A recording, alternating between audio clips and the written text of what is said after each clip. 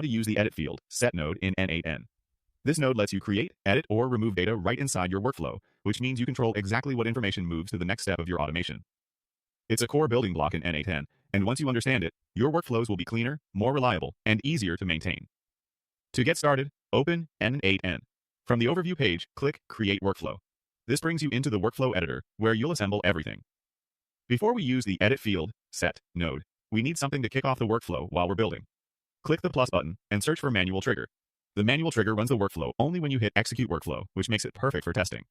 It sends a minimal data payload forward, just enough for the next node to receive and process. Now, click the plus button on the manual trigger output and search for edit field set. Select it to add the node. Think of this as your data preparation station. The edit field set node can create new fields, rename existing ones, change values, or remove fields you don't need. Picture it like editing a row in a spreadsheet before handing it to the next tool in your process. This is especially helpful when you want your data to be well-structured and consistent before it hits an API, database, or another integration. Open the edit field set node and click add field. You'll define two things, the field name and the value. For example, you might add a field called message with a value like hello from n8n.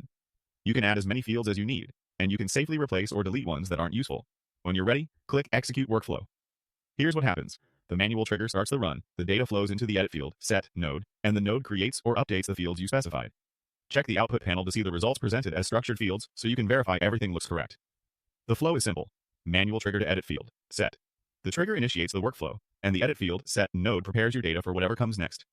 Use it to format payloads for APIs, clean out extra fields, create custom or calculated values, and build structured records for databases or external apps.